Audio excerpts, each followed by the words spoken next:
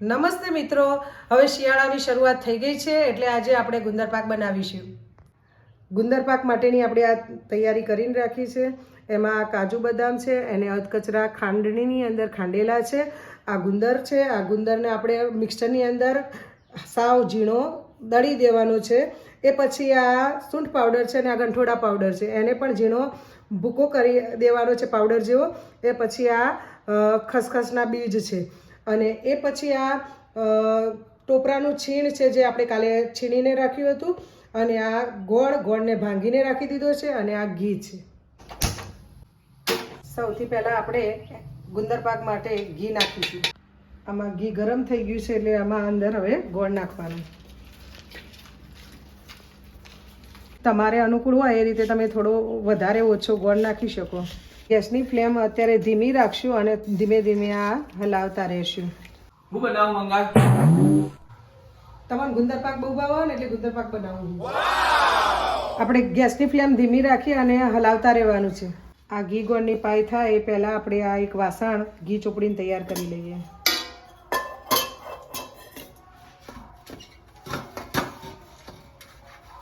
Hello friends, आज cameraman थोड़ी help करसी.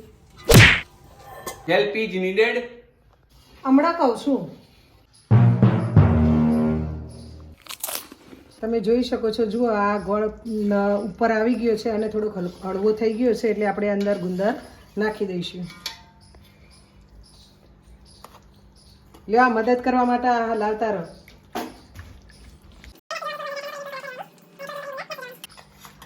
આ થોડો થોડો ગુંદર નાખતા રહેવાનું ને એક બાજુ હલાવતા રહેવાનું કે જેથી કરી અને આ ગુંદરમાં ગાંઠા ન પડી જાય. અને ગુંદર થોડોક પાકી જાય એટલે અંદર ટોપરું નાખીશું છે એનું.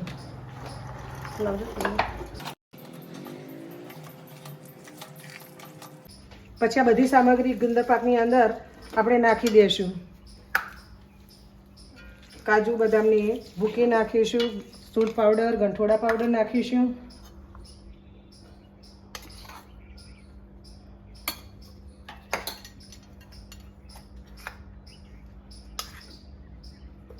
અને પછી મિક્સ કરી અને હલાવી લઈશું.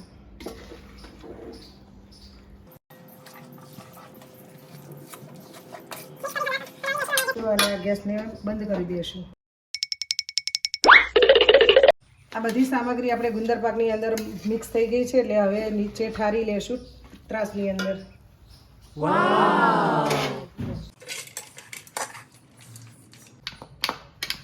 મારા સાસુમાં સક્રીબા બનાવતા હતા અને એમાંથી હું આ ગુંદર પાક બનાવતા શીખી છું. ગાર્નિશિંગ માટે થોડી ખસખસ લઈ લેશું અને ગુંદર પાકની અંદર ઉપર નાખીશું. આ સ્વાસ્થ્ય માટે પણ સારી હોય છે એટલે આ દેખાવમાં પણ સુંદર લાગે અને ખાવામાં પણ સારી. તું આગી લે, તું આટલાથી સંભાળી લો.